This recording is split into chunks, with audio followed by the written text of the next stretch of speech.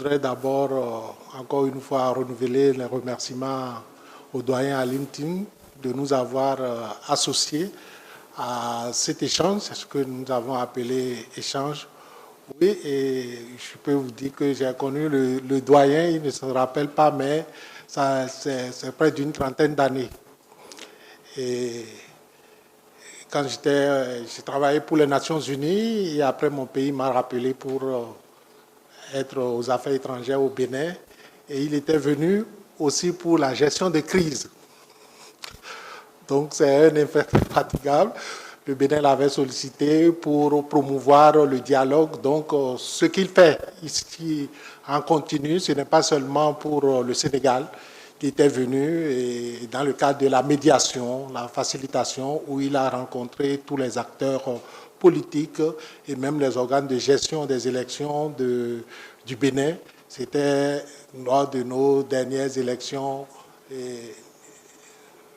législatives et l'avant-dernière élection. Oui, voilà.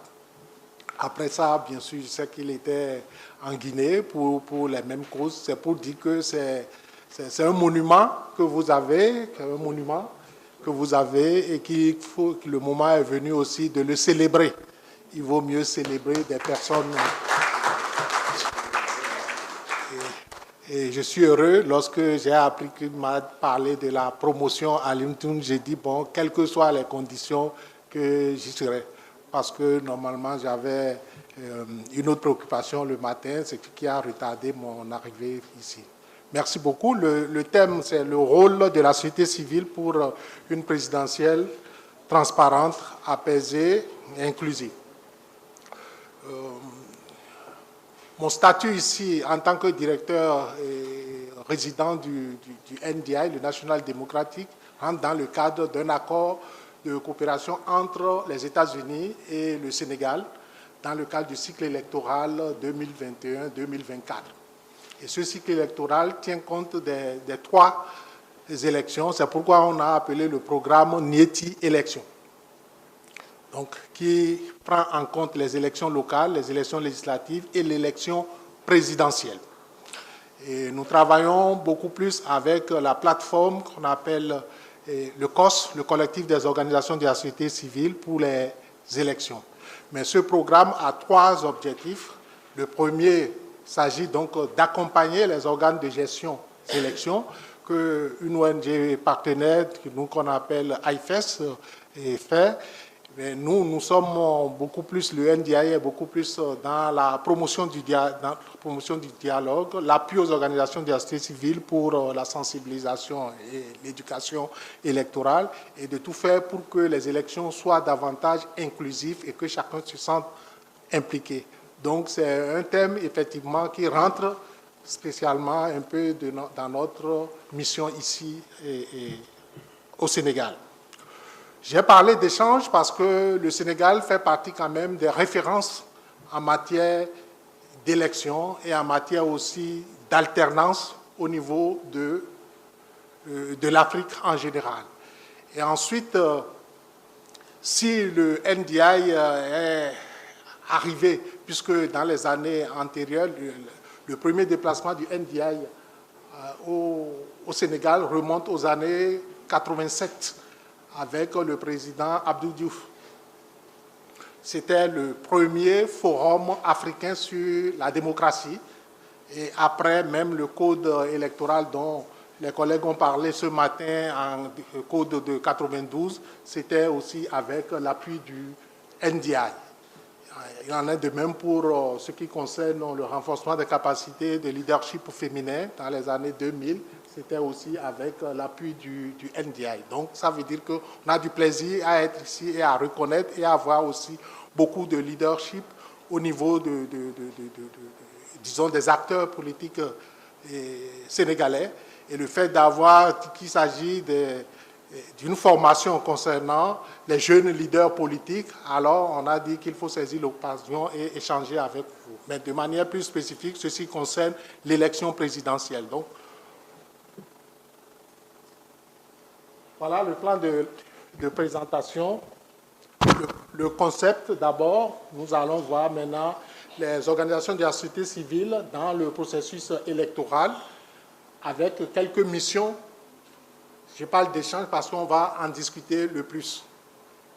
Prévention et gestion des conflits, plaidoyer, information et sensibilisation, formation, observation et quelques défis. Et après, nous allons aboutir à la conclusion. Le concept d'organisation de la société civile, ça crée un peu de polémique. Vous le savez tous très bien, parce que les Nations Unies ont donné une définition claire au niveau de la charte africaine de la démocratie, des élections et de la gouvernance, sa définition. Puisque le document va vous être distribué, je vais gagner du temps pour ne pas procéder à une lecture. Donc, je dirai rapidement. Et également, il y a au niveau de la CEDEAO, puisque c'est notre espace régional. Donc, ça, c'est de la littérature, donc je n'ai rien fait. Donc, je préfère vous faire cadeau de ça. Ceci, c'est la suite, c'est-à-dire le recours à la société civile constitue un contrepoids salutaire au tout État.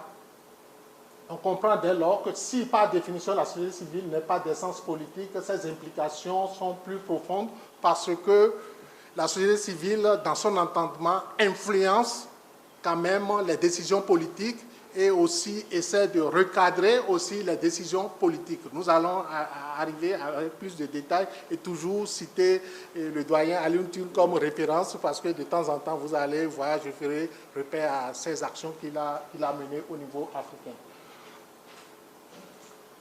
Dans certains cas, lorsque la situation devient critique, vous allez voir certains gouvernements, ils créent leur société civile. Et vous allez voir, ce serait peut-être un ancien ministre qui spontanément dit qu'il n'appartient plus à un parti politique et crée sa société civile et peut-être qu'il sera encore le leader. De la même manière, les partis d'opposition aussi, quand la situation change, ces partis aussi créent aussi leurs organisations de la société civile. Donc, de fait, ça veut dire que chaque groupe organisé ou groupe politique organisé peut créer aussi sa société civile. Un peu comme un autre programme, donc peut-être je vous parlerai à la fin, concernant les questions de désinformation où les acteurs politiques créent des cellules pour la désinformation.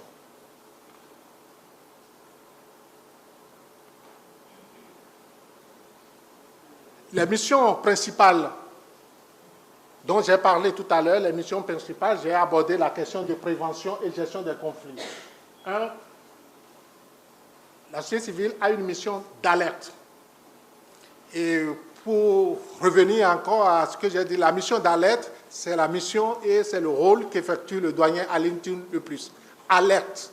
Et dans sa mission d'alerte, ça peut être mal compris. Pour la plupart, parce que celui qui attire l'attention sur « Ah, il y a des menaces parce que certains ingrédients mis ensemble peuvent conduire à une situation », cela ne veut pas dire qu'il prend parti, mais c'est pour attirer l'attention. Et de ce fait, par rapport aux organisations de la société civile, ici, dans notre entreprise, c'est la plateforme que nous utilisons. Mais à côté de la plateforme, nous, on travaille aussi avec certaines organisations et c'est ensemble avec Afrikajom, nous avons mis en place le groupe, ce qu'on appelle les facilitateurs, qui comprend aussi bien les syndicats, la centrale des syndicats autonomes, ce qui comprend aussi le club des investisseurs privés, ainsi que l'AMLD du professeur Dioro, ainsi de suite. Et les journalistes aussi. Toujours dans la mission d'alerte, nous avons également le monitoring des différentes phases du processus. Dans la mission d'alerte, il faut voir si le cadre légal est bien appliqué. Est-ce que ça répond? Est-ce que le cadre légal ne peut pas créer une situation de crise? Parce que des fois, lorsqu'un pouvoir a la majorité à l'Assemblée, je crois que le professeur l'a dit tout à l'heure, tout passe comme une lettre à la poste. Donc, de fait, même si le pouvoir respecte les tests, c'est qu'ils ont déjà eu un antécédent parce que c'est un test de loi partisan. et qui peut-être procède donc à l'exclusion déjà d'une frange de la population ou bien des acteurs politiques. Voilà aussi, c'est pourquoi lorsque, dans la mission d'alerte, la société civile peut être amenée donc à tirer l'attention sur tel contenu de telle loi qui a certaines dispositions qui peuvent créer des situations plus tard au moment de l'atterrissage. Les mécanismes d'alerte précoce et l'intermédiation avec les organes de gestion des OGE et les autres acteurs du processus électoral. Le mécanisme d'alerte précoce, c'est que dès que nous nous rendons compte qu'il y a une disposition des lois et des dispositions qui peuvent porter atteinte peut-être au processus ou à l'intégrité du processus électoral, les organisations de la société civile ont aussi l'obligation peut-être de se rapprocher des OGE. Les OGE, ce sont les organes de gestion des élections. À savoir, ici, pour le cas du Sénégal qui est un peu mixte, et le ministère de l'Intérieur à travers la DGE, il y a aussi la Sénat, mais il y a aussi le Conseil constitutionnel pour lequel ils peuvent présenter ces situations. Et c'est le cas qui se passe généralement. Les animateurs de la société civile ont cette possibilité d'attirer l'attention et de faire des mémos qu'ils transmettent au cas où ces informations ne sont pas tout à fait respectées, ils ont l'obligation aussi de publier, de faire passer ça comme des communiqués pour alerter. Donc, c'est-à-dire c'est des mécanismes aussi de prévention des crises à l'atterrissage. Promouvoir et faire adopter un code de bonne conduite aux différents acteurs. Ça, c'est le travail qui est fait et ce sont ces mécanismes qui donnent un peu plus de garantie aux acteurs politiques. Juste pour anticiper dans ce que nous allons voir par la suite, le code de bonne conduite, les organes de la société civile aussi peuvent l'établir entre elles. Le code de bonne conduite, les partis politiques aussi peuvent l'avoir, elles. C'est que ça permet de donner ce qu'on appelle lignes rouges et les limites à respecter. Pour ce qui concerne les missions de régulation et de médiation, donc la médiation peut prendre plusieurs formes différentes selon la phase du processus électoral. Il y a la médiation préventive, donc la promotion du dialogue pour la résolution des désaccords, pour éviter les conflits, et les bons offices. Lorsque la crise est née, et je fais référence aux dernières élections législatives, lorsque la crise est née, un vendredi à 15h, il devait y avoir une grande manifestation. Je me rappelle, on était 4 avec le doyen Alintin, où un déplacement a été effectué au siège de la coordination Yewi Askani. Et finalement, à travers l'intervention du doyen, effectivement, cette manifestation a été annulée ou en tout cas reportée. Et le fait que les éléments, c'est-à-dire parce que l'autre partie qui se sent toujours victime, il faut leur fournir aussi des garanties. Et nous étions en déplacement en voiture quand la partie gouvernementale appelle le doyen pour lui dire « Ok, si vous avez réussi ça, nous promettons de libérer les détenus. » C'était le terme que j'ai gardé, dit « Libérer les détenus, nous allons les convaincre. » Effectivement, il y a eu un peu plus d'accalmie et les élections. Ça aussi, c'est la situation de bons offices que je veux énumérer là. Le point sur le plaidoyer. Le plaidoyer se fait généralement auprès des organes de gestion, surtout par rapport à leur rôle et responsabilité. Quand j'ai cité les organes de gestion, le cas ici, organes de gestion des élections, on parle beaucoup plus de la DGE, de la Sénat et dans certains pays, le Conseil constitutionnel. Mais dans certains pays où l'institution en charge du processus électoral est véritablement autonome et indépendante, cet organe peut aussi même revoir le cadre légal. Et c'est par rapport à cette disposition que la CEDEAO a mis dans son protocole additionnel que des modifications, si des modifications doivent toucher le cadre légal, il faut sur la base d'un consensus, donc une concertation au préalable. Donc, normalement, dans toute situation aussi critique, la concertation est une base, la société civile essaie de répertorier les situations les plus difficiles qui peuvent créer des conflits et essaie de faire des plaidoyers auprès des organes de gestion. Et ensuite, au-delà des organes de gestion, il y a le Parlement qui vote les lois. Et il faut aussi les rencontrer, aussi bien les présidents des groupes parlementaires, aussi bien les anciens députés, etc., pour qu'ils comprennent, OK, ce sont les textes que vous avez votés, que vous avez laissés, qui sont à l'origine de ce que nous vivons. Alors, s'ils peuvent intercéder par des moyens, etc., ils le font. Ça, c'est ce qui concerne les parlementaires. Au niveau des partis politiques, voilà, ça s'illustre. J'ai parlé de la manifestation pour les législatives. Oui, nous avons rencontré la plupart des formations politiques, mais lorsque nous avons pu rencontrer Yehui, finalement, la manifestation a été en fait annulée ou reportée. Voilà les plaidoyers. Et quelles sont les actions? C'est ça que j'ai cité.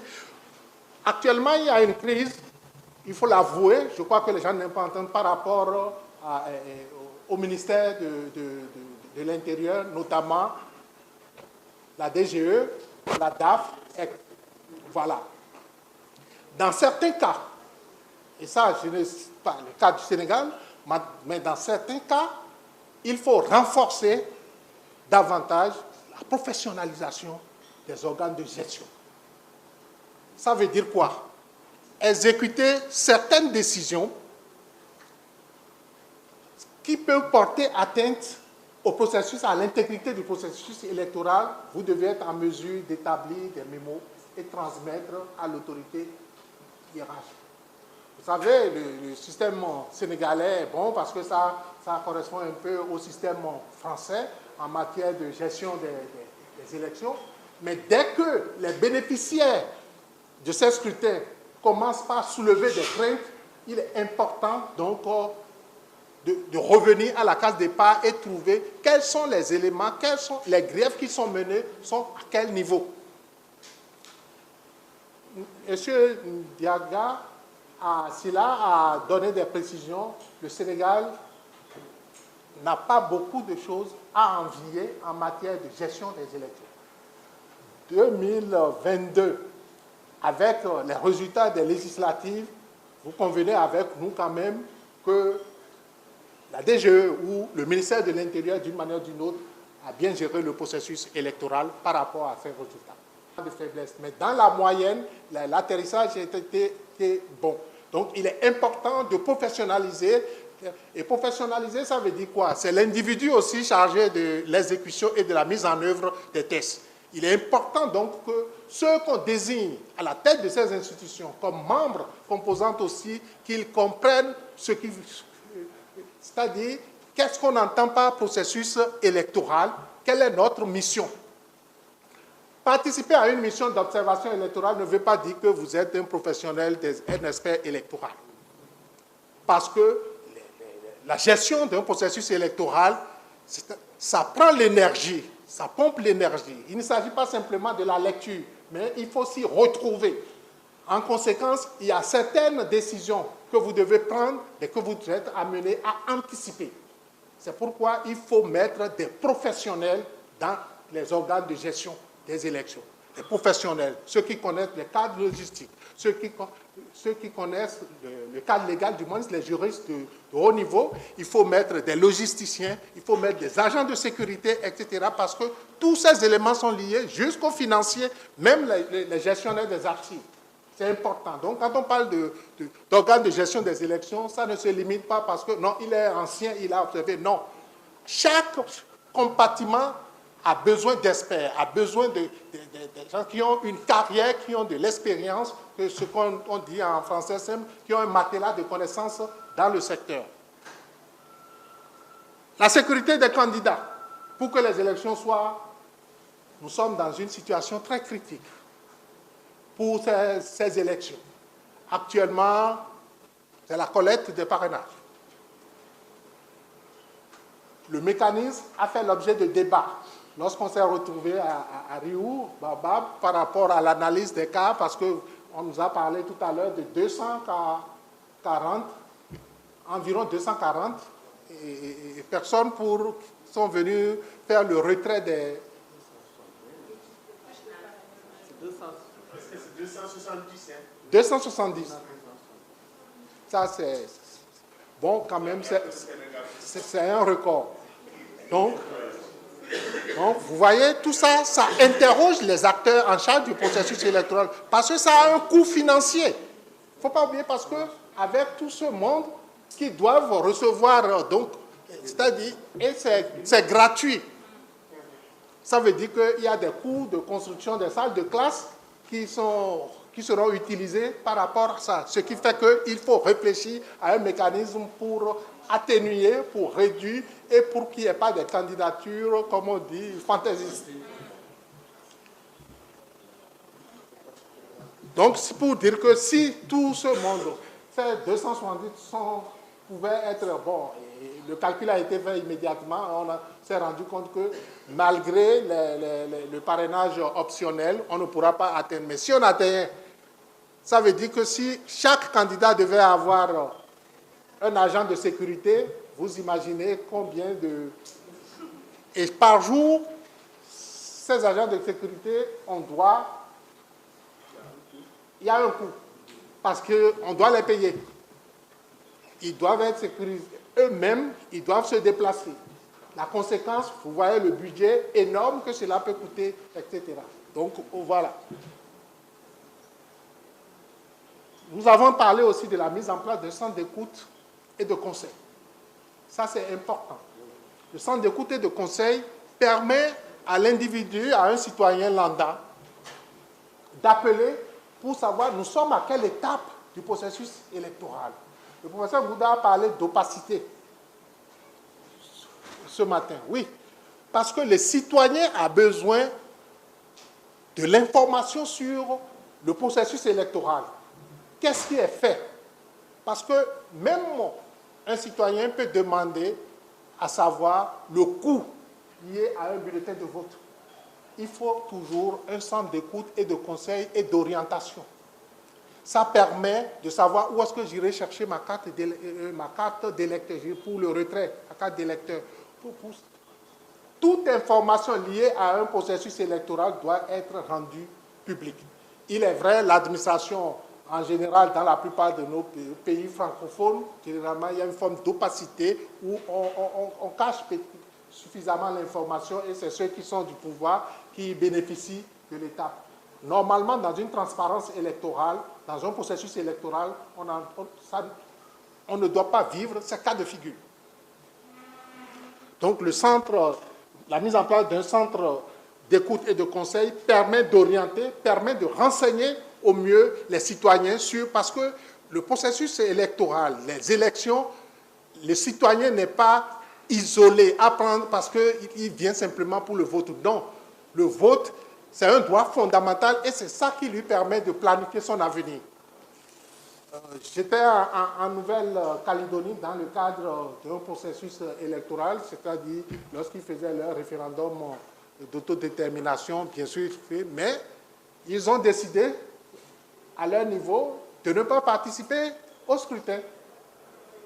Majoritairement, vous savez l'histoire des Kanaks, etc., donc n'ont pas voulu participer parce qu'ils veulent utiliser leur bulletin de vote pour exprimer un sentiment. Donc, le processus d'enrôlement, ils étaient là 100%. Mais pour le vote, ils se sont abstenus. C'est un moyen d'expression, ce qui veut dire qu'ils ont besoin d'informations, le citoyen a besoin d'informations pour mieux comprendre ceux qui vont les diriger et pourquoi eux-mêmes ne peuvent pas être des dirigeants.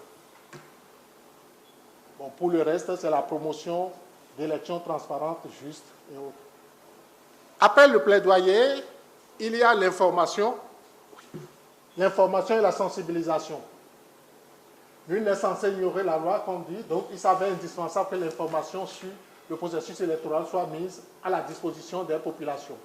Pour permettre à la population d'avoir accès à l'information en période électorale, les organes de gestion et les organes de la société civile, de par leur mission, s'engagent dans la sensibilisation et l'éducation électorale civique des citoyens. Il s'agit d'informer les électeurs sur les dispositions légales régissant les élections, de créer un climat de confiance entre les électeurs, les candidats et toute autre personne impliquée dans le processus électoral en vue de réduire ou d'éviter toute velléité de division et de vigilance. Oui, c'est le volet le plus important, la question de sensibilisation des populations sur le processus. Et quand on parle de population, c'est aussi bien les jeunes, les femmes, les personnes handicapées, tout groupe organisé qui ne doivent pas rester en marge du processus électoral. Donc, le niveau information et sensibilisation, et je l'ai même dit tout à l'heure, sans revenir là, sur la question concernant la mise en place d'un centre. Mais la question de sensibilisation, en général, le gouvernement ou l'exécutif ou les organes de gestion restent toujours dans le cadre formel. Mais les organisations de la société civile, de par leur mécanisme de fonctionnement, leur souplesse, etc., ont cette mission officielle d'aller faire de la sensibilisation presque partout. Mon collègue journaliste va en parler tout à l'heure, oui. Et même dans le cadre de notre intervention, nous avons des accords avec l'URAC. L'URAC qui est le réseau des radios communautaires et qui permet aussi de diffuser l'information et la bonne information. Donc, ça veut dire quoi? Les OGE donnent le cadre légal, mais les organismes de la société civile ont pour mission, effectivement, de distiller la bonne information et de sensibiliser sur les opérations de vote, comment chaque opération devrait se passer.